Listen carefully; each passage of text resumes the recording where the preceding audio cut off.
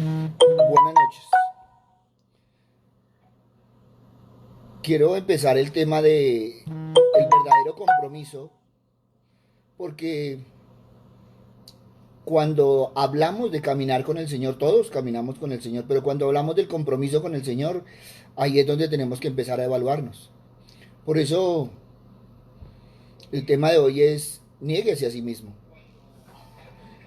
¿Y qué es compromiso? El compromiso es la obligación contraída. Es la correspondencia que alguien debe tener y manifestar al beneficio que ha recibido de otra persona. Uno de los más grandes enemigos en estos tiempos, uno de los principales causantes de muchas vidas sin propósito, sin dueño, es la falta de compromiso con Dios. La gente le tiene miedo, temor, pavor a la palabra compromiso. Somos en muchas ocasiones inconsistentes, emocionales, momentáneos. Muchos quieren servir al Señor desde sus propias perspectivas. Desean predicar a lo largo del mundo, viajar por las naciones, cuando ni siquiera le predican a los amigos, ni a la familia, ni donde trabajan. Anhelan tener discípulos, pero no quieren pagar el precio de dedicarle el tiempo suficiente al Señor a través de la oración. Son vidas que reflejan esa falta de compromiso que llevamos con Dios. Y algunas de las características de un compromiso, de un cristiano sin compromiso, pues son todas estas. O sea, iban a la iglesia cuando querían, leen la Biblia cuando quieren, ora cuando tienen una necesidad y aman a Dios cuando quieren. El hombre de doblado ánimo es inconstante en todos sus caminos, lo dice Santiago 1:8. Por eso, ¿te has preguntado en este tiempo cómo está tu compromiso con Dios? Es que el compromiso con Dios implica la decisión de seguir al Señor para siempre, autoridad para enfrentarnos a nuestros temores, valentía para permanecer en el lugar donde Dios nos pone, increíble amor que derrama Dios por las almas perdidas, fe en que Dios nos ayudará, pese a las circunstancias que estemos viviendo. Cuando nosotros vamos a la Biblia encontramos que Jesús atraía grandes multitudes en las que había todo tipo de personas. Y cuando tú miras en los evangelios encuentras que estaban todos y en el centro estaban los 12. Había personas en la multitud en todos los niveles de aprendizaje, recibiendo enseñanzas de Jesús. Había personas que estaban simplemente por curiosidad y las que buscaban emociones, para quienes Jesús era como el circo que llegaba al pueblo. Solo querían ver milagros. También entre la multitud había fariseos y otros guías religiosos que estaban allí solo para tratar de atrapar a Jesús diciendo algo incorrecto, de modo que pudieran deshacerse de él. Jesús les habló a todos ellos. De esa mezcla de personas estaba buscando a quienes de veras se consagrarían a él. Jesús hizo una invitación a la multitud y él dijo muy claramente, si alguno quiere venir en pos de mí, niéguese a sí mismo, tome su cruz cada día y sígame. Mateo 16:24. Y cuando nosotros miramos este texto desde una perspectiva gramatical, pues tiene tres partes que en ocasiones no han sido bien entendidas. Y la primera parte es si alguno quiere venir en pos de mí. El Señor nos invita, nos propone la voluntariedad de esa invitación de Jesús. El llamado no es algo impuesto, ya que sea por manipulación ni por corrección, no.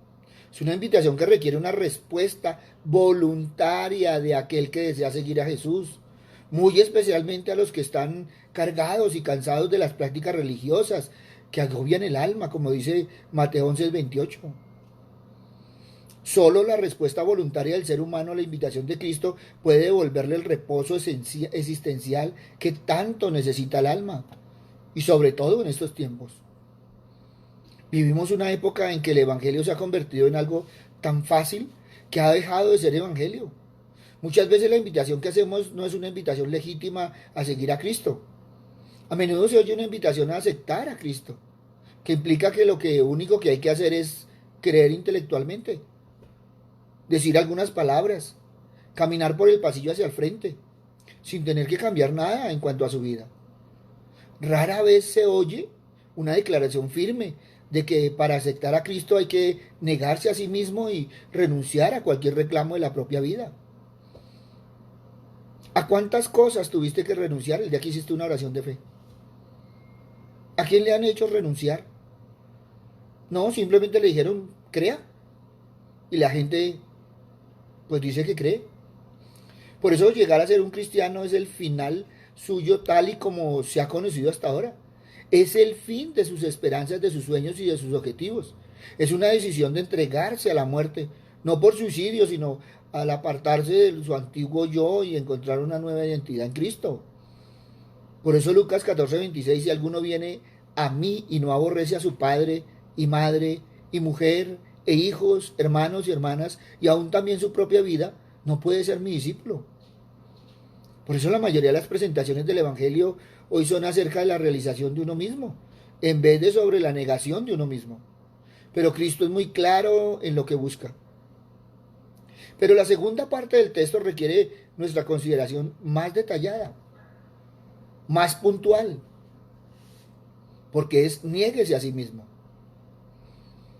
Y es importante observar el escrito. Jesús no está pidiendo que nos odiemos a nosotros mismos. Inclusive no hay una solicitud de renuncia a nuestra humanidad, a nuestra personalidad, y ni siquiera lo que tenemos o hemos alcanzado. El llamado a negarse a sí mismo no será jamás un llamado a renunciar a la participación en la vida humana, en todas sus dimensiones y ramificaciones. Negarse a sí mismo significa negar nuestro derecho a determinar de forma autónoma nuestra vida y nuestras decisiones. Es que reconocer que no somos dueños de nosotros mismos, sino que estamos bajo el señorío de Cristo. Primera de Corintios 6:20. Y que no sois vuestros, pues habéis sido comprados con precio. Y es que a nosotros se nos olvida que Cristo pagó el precio, ese precio de sangre por nosotros. Por eso negarse a sí mismo es reconocer que ya no es dueño de su vida. Y es Jesús el que pagó el precio de nuestra libertad, el que nos debe dirigir en la toma de las decisiones finales y muy especialmente cuando las cosas importantes de la vida están en juego. Es que negarse a sí mismo es renunciar voluntariamente a nuestra autosuficiencia que nos dice que somos capaces de encargarnos solo de nuestra vida y dejar de hacer las cosas de manera que solo nos satisfagan a nosotros mismos. Por eso cuando hay una entrega a Cristo y la entrega es genuina, es porque se está negando a relacionarse con su antiguo yo. Se aborrece a sí mismo y renuncia voluntariamente a esa vida vacía. Es que la entrega a Cristo implica tomar su cruz cada día. No quiere decir llevar las pesadas preocupaciones de la vida. La cruz significa una sola cosa. En la época de Jesús significaba una muerte penosa y dolorosa. Por lo tanto, Jesús estaba diciendo, si quieres seguirme, este es tu final. No simplemente de tus esperanzas y sueños, sino que pudiera ser de tu vida física. Pero aun cuando literalmente pierdas tu vida por mi causa, valdrá la pena el precio a pagar, ya que ganarás tu vida para siempre por la eternidad. Y si vamos a ver la tercera parte del texto, pues sería entonces, tome su cruz y sígame. Por lo tanto, es el llamado a convertir la misión de Dios para mi vida en mi vocación. Eso quiere decir que cuando yo entiendo el propósito que Dios tiene para mi vida, lo incorporo intencionalmente a mi realidad de tal forma que pueda ser de dicho propósito el faro que guía mi vida. La cruz no tiene nada que ver con la carga de la suegra, el esposo, la crisis o las dificultades propias del estar vivo. La cruz es la misión que Dios tiene para mi vida y que a su vez es parte de su plan eterno para la humanidad.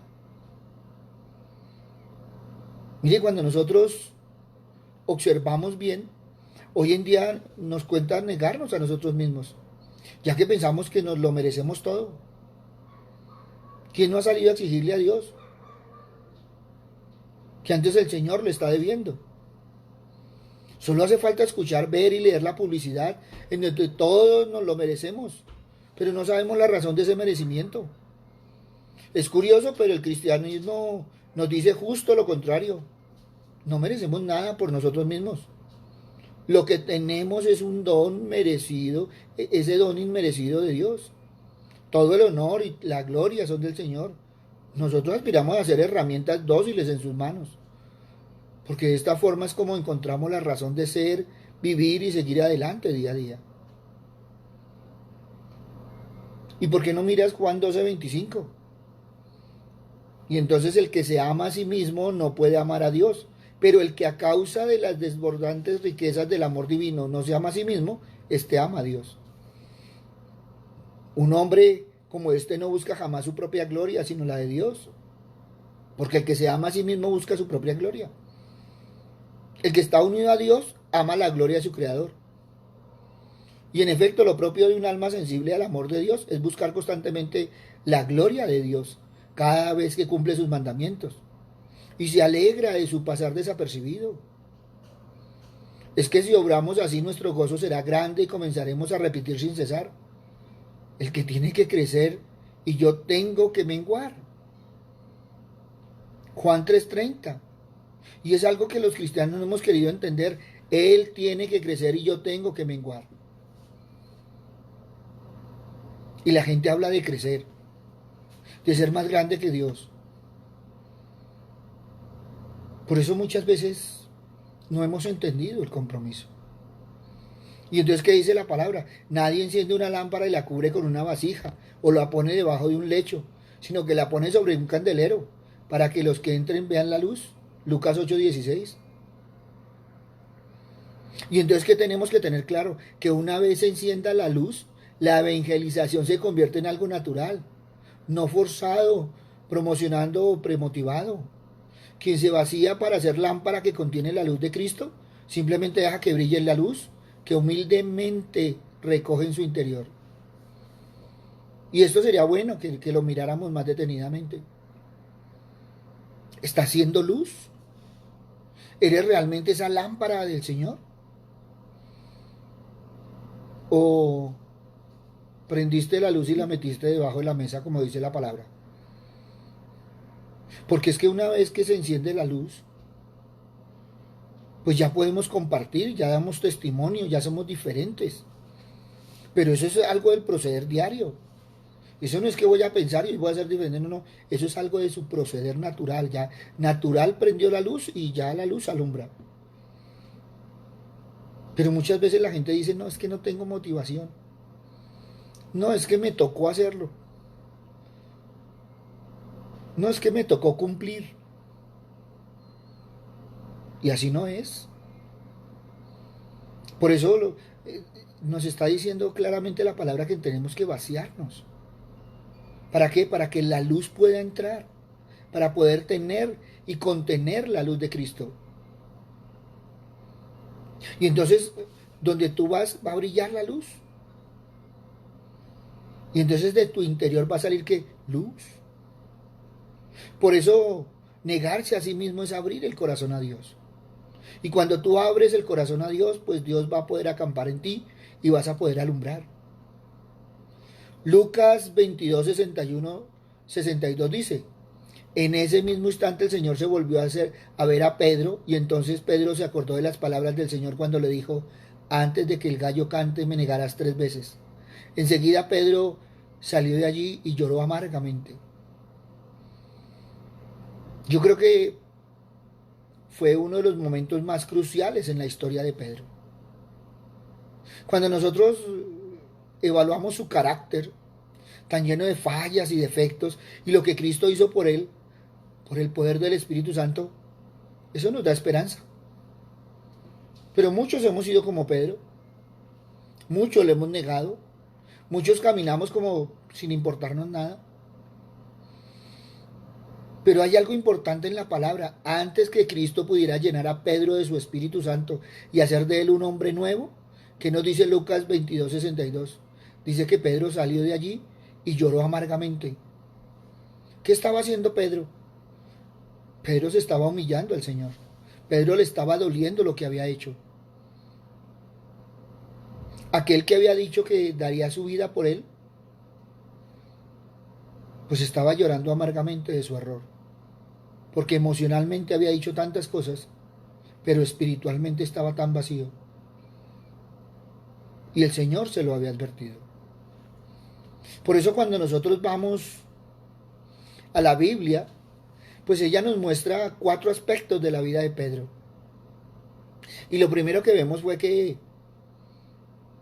Pedro es ese discípulo devoto de Jesús. ¿Y por qué? Porque Cristo llamó a Pedro para que dejara sus redes y lo siguiera. ¿Y Pedro qué hizo? Dejó todo y lo siguió al instante. Por lo tanto, Pedro era un hombre de entrega total. Lo dejó todo para seguir a Jesús. Pedro era un hombre de percepción espiritual. Cuando Cristo le preguntó a sus discípulos, Mateo 16, 15, 17, ¿y ustedes quién dicen que soy? Yo. Simón Pedro respondió, tú eres el Cristo, el Hijo del Dios viviente. Pedro era un hombre estupendo, un discípulo devoto de Jesús. Sin embargo, a Pedro le faltaba mucho todavía. Aún era emocional, aún no era sanguíneo, todavía le faltaba esa formación. Pero también lo segundo que vemos de Pedro es que vivía la vida del yo, dándose gusto, confiando en sí mismo y buscando su propio honor. Pedro pensaba que él tenía el derecho al primer lugar. Es que la vida del yo estaba fuerte en Pedro. Él había dejado botes y redes, pero el yo estaba firme. Por eso Jesús fue el ejemplo de lo que significa negarse a sí mismo. Su venida a esta tierra en forma humana y entregado como siervo crucificado fue la personificación máxima del sacrificio. Yo no sé si tú lo has entendido, pero Jesús dejó la gloria del cielo por la agonía de la cruz. Él se negó a sí mismo los privilegios del cielo. Y al negarse a sí mismo, Jesús sufrió humillaciones, azotes, escupitajos, clavos y hasta una lanza en su costado. ¿Has tenido claro esta parte? Lo que Jesús hizo por ti y por mí. Por eso, si tú quieres crecer en tu amor por Jesús, no puedes esquivar la bala de negarte a ti mismo. Esto puede significar que no aceptes un trabajo que paga más, pero que requiere hacer cosas poco éticas. Puede significar gastar menos dinero en una vacación para poder ayudar a un necesitado. Puede significar perder tu prestigio al decir una oración delante de tus compañeros de trabajo. Cualquiera que sea el caso, no hay otra forma de seguir a Jesús ni de entrar a su reino. Pedro negó a Cristo. Jesús le había dicho a Pedro que tenía que negarse a sí mismo. El yo debe ser ignorado. Esta es la raíz del verdadero discípulo. Pero Pedro no lo entendía. No podía obedecerlo. ¿Y qué pasó? Cuando llegó la noche, Cristo le dijo a Pedro, de acuerdo a Marcos 14:30, de cierto te digo que esta misma noche antes de que el gallo cante 2 veces, tú me habrás negado 3 veces. Pero con qué autosuficiencia Pedro le respondió en Lucas 22:33, Señor, no solo estoy dispuesto a ir contigo a la cárcel, sino también a la muerte. Y Pedro hablaba en serio. Él realmente tenía la buena intención de hacerlo. Pedro no se conocía a sí mismo. Pero en tercer aspecto, miremos ahora el arrepentimiento de Pedro. Pedro negó a su Señor 3 veces. En ese momento nuestro Señor se volteó y lo miró. Y esa mirada de Jesús rompió el corazón de Pedro. Pedro no pudo ver delante de sí lo horrible de su pecado. Cuando bajó había caído. Entonces Pedro salió de allí y lloró amargamente. Realmente no tenemos idea cuán profunda debe haber sido la humillación de Pedro. Pero ese fue el punto decisivo. Y ese fue el punto de cambio en Pedro. Y en cuarto lugar, lo que Cristo hizo de Pedro por el Espíritu Santo. Pedro ya estaba preparado para la liberación del yo. Su naturaleza entera había sido cambiada.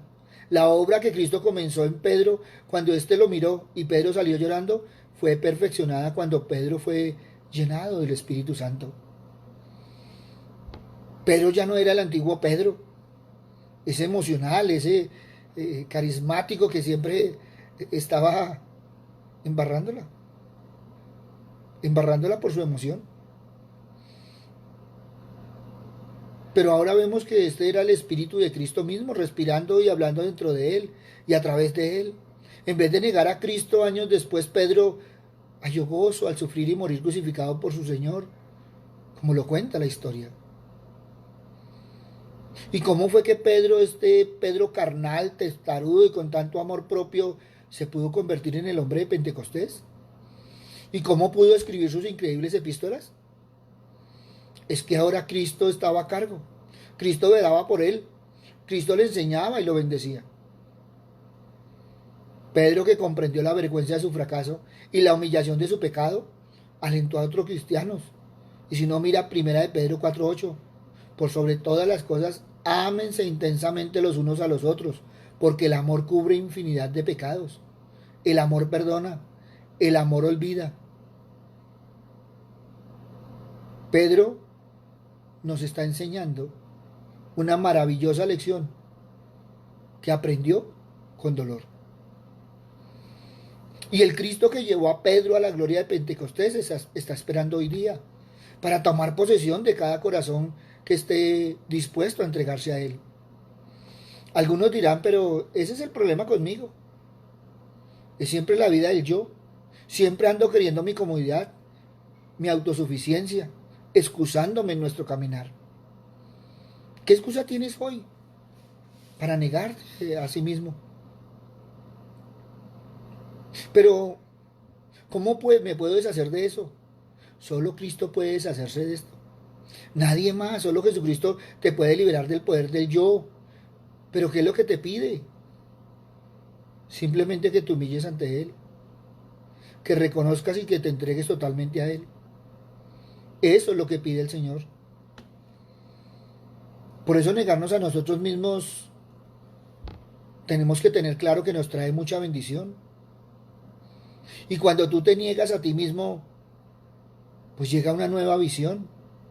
Cuanto más nos negamos, más se despejan nuestros ojos y caen las escamas para ver el mundo naturalmente. Nos hacemos más sensibles a salvación de las almas. Vemos con claridad la basura del sistema, que no tenemos nada que ver con él, ni nada que amar en él. Como le sucedió al hijo pródigo en Lucas 15:11-32. ¿Y sabes por qué? Porque ya no comemos las sobras ni la basura del mundo. Es por eso que encontramos un bien poderoso en el ayuno, para redireccionarnos con pasos firmes a las realidades del reino de Dios. Pero en segundo lugar encontramos una renovación personal. Es que en nuestro negarnos a nosotros mismos, la gracia divina se libera para que podamos ver la infección que hay en el mundo. Por eso deseamos un cambio personal. Jesús comienza a honrarnos cuando le damos la espalda al pecado. Él anhela y bendice nuestra apasionada y humilde determinación voluntaria para abrazar nuestro morir a nosotros mismos. Y nos recompensa con su gracia para que ganemos madurez personal y verdadera sanidad. Es que Él vino. Y entonces entendemos que el vino nuevo que compramos con esta negación empieza a derramarse sobre odres nuevos. Mateo 2:22. Es por eso que el ayuno juega un papel importante en la preparación de los nuevos odres.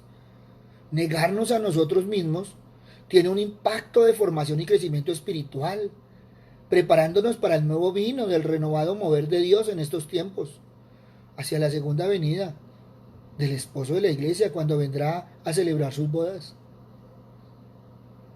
Pero en tercero tenemos la renovación de la mayordomía. Es que en los excesos no hay moderación alguna, pero con Cristo en el centro de nuestra vida, todas nuestras expresiones y manifestaciones tienen un sano equilibrio en la práctica. Jesús usaba vestiduras muy sencillas.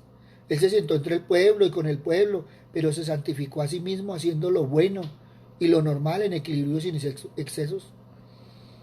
Por eso el ministerio profético requiere la negación a sí mismo de manera diaria. Morir a nosotros mismos y crucificar nuestra carne nos permite ser verdaderos mayordomos para presentarnos como obreros aprobados, que no tienen de qué avergonzarse, porque usan bien la palabra de verdad. Como dice primera de Timoteo 2:15. Pero en cuarto lugar, renovamos nuestros oídos para escuchar a Dios.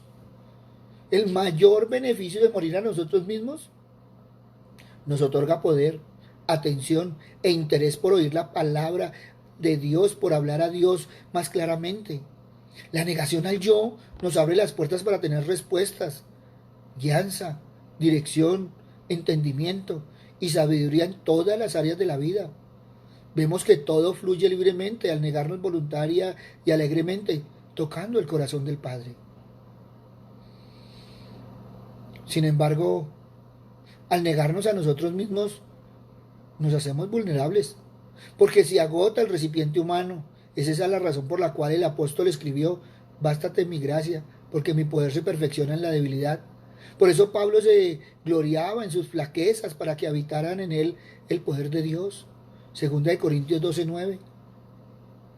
Por lo tanto, morir a nosotros mismos es una ardua labor en la cual la gracia de Dios se apresura a socorrernos, para que no desmayemos, que podamos oírla su voz con claridad, para comprender y obedecer su voluntad. Es que negarnos a nosotros mismos es cultivar nuestra íntima amistad con el Dios eterno, en el lugar santísimo, para ponernos bajo su mirada y que fluya el aliento de vida. Desde el lugar secreto hacia afuera, porque en su presencia renovamos y recuperamos todo. Allí derramamos el alma y renovamos el espíritu, para que el odre de nuestras vidas cada vez esté más acto, para llenarse de vino nuevo, para llenarse continuamente. Por eso deberíamos mirar nuestro compromiso con Dios, porque negarnos a nosotros mismos nos ha costado, porque negarnos a nosotros mismos ha sido una de las partes más difíciles, y por eso no hemos tenido un genuino compromiso con Dios. Por eso no ha sido un compromiso a las 24 horas, ni los 7 días a la semana, ni los 365 días al año. Ha sido por raticos, ha sido por temporadas. Nosotros ya parecemos las películas de Netflix: primera temporada, segunda temporada, tercera temporada. Pero Dios quiere unos hijos constantes. Dios quiere esos hijos que caminan en obediencia. Quiere esos hijos que realmente tengan ese compromiso, ese testimonio, esa fe en nuestro caminar. Por eso sería bueno que hoy evaluáramos en nuestro corazón si estamos caminando en el verdadero compromiso.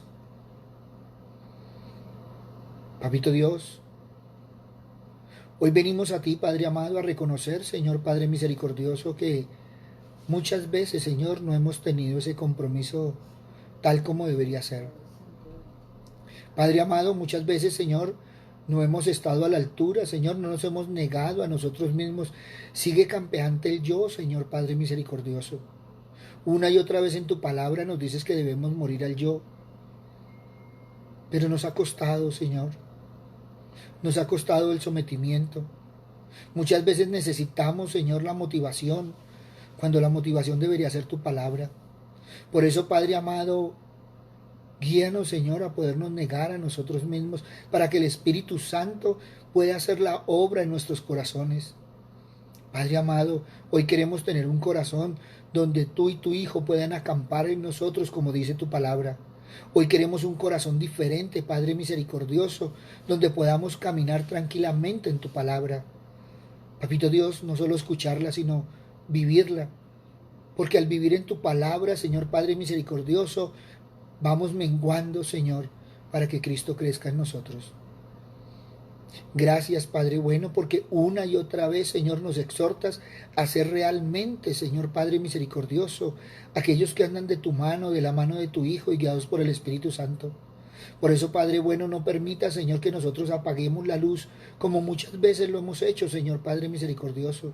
Ayúdanos, Señor, a que no contristemos al Espíritu en nuestro caminar, en nuestra actitud, en nuestro comportamiento, sino que cada día tengamos ese testimonio vivo y santo, Señor Padre Santo, en ti, Padre misericordioso, en tu Hijo y en el Espíritu Santo.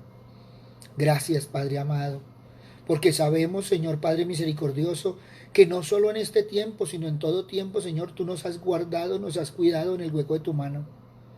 Gracias, Papito Dios, porque nos podemos abrigar, Señor, bajo tus alas, Padre misericordioso, pero también en los momentos de debilidad, Señor, nos has dado la fuerza para volar como las águilas, Señor Padre misericordioso. Papito Dios, pero también, Señor, como nos enseñas tu palabra, Señor, si hay necesidad de cambiar nuestro plumaje, nuestro pico, Señor, que lo hagamos, Señor Padre misericordioso, ese proceso de las águilas, Señor Padre amado, donde tienen que ocultarse en las alturas, Señor, para cambiar, para ser diferentes, Señor Padre misericordioso. Ese es el proceso que muchas veces necesitamos, Señor. Por eso, Padre bueno, gracias, Señor, no solo porque nos está recordando lo que debemos hacer, sino porque nos está llevando, Señor, a hacerlo en este tiempo. Papito Dios, porque también, Señor, hoy sabemos, Padre misericordioso, que es el tiempo de las águilas, Señor, donde tenemos que volar, Señor, en esos procesos, Padre misericordioso, para seguir tu caminar, Señor, para seguir los pasos de tu Hijo. Papito Dios, porque este tiempo es tuyo, Padre misericordioso, pero es donde nosotros debemos ser probados, Señor. Y gracias, Señor, porque has permitido que nos acerquemos más a tu palabra, que estemos más unidos, Señor Padre misericordioso, y que haya realmente, Señor, esa comunión, Padre amado. Gracias, Padre bueno. En el nombre de Cristo Jesús, para gloria y alabanza tuya. Amén y amén. Buenas noches para todos. Les habló el pastor Walter Bernal de la Iglesia Su Gloria en mi Bogotá. Un abrazo, muchas bendiciones y neguémonos a nosotros mismos. Es necesario cambiar nuestro caminar para caminar tras las pisadas de Jesús, para tener ese verdadero encuentro, para estar realmente con el Padre y el Hijo guiados por el Espíritu Santo. Gracias a todos y cada uno de los que nos han escrito, gracias por sus comentarios, gracias por aquellos que han hecho observaciones y las tenemos en cuenta, pero también por aquellos que nos han compartido lo que han aprendido durante este tiempo. Estamos empezando un nuevo tema y queremos que todos y cada uno participemos, no solo en la palabra del Señor, sino en el caminar con Él. Buena noche y el Señor les bendiga.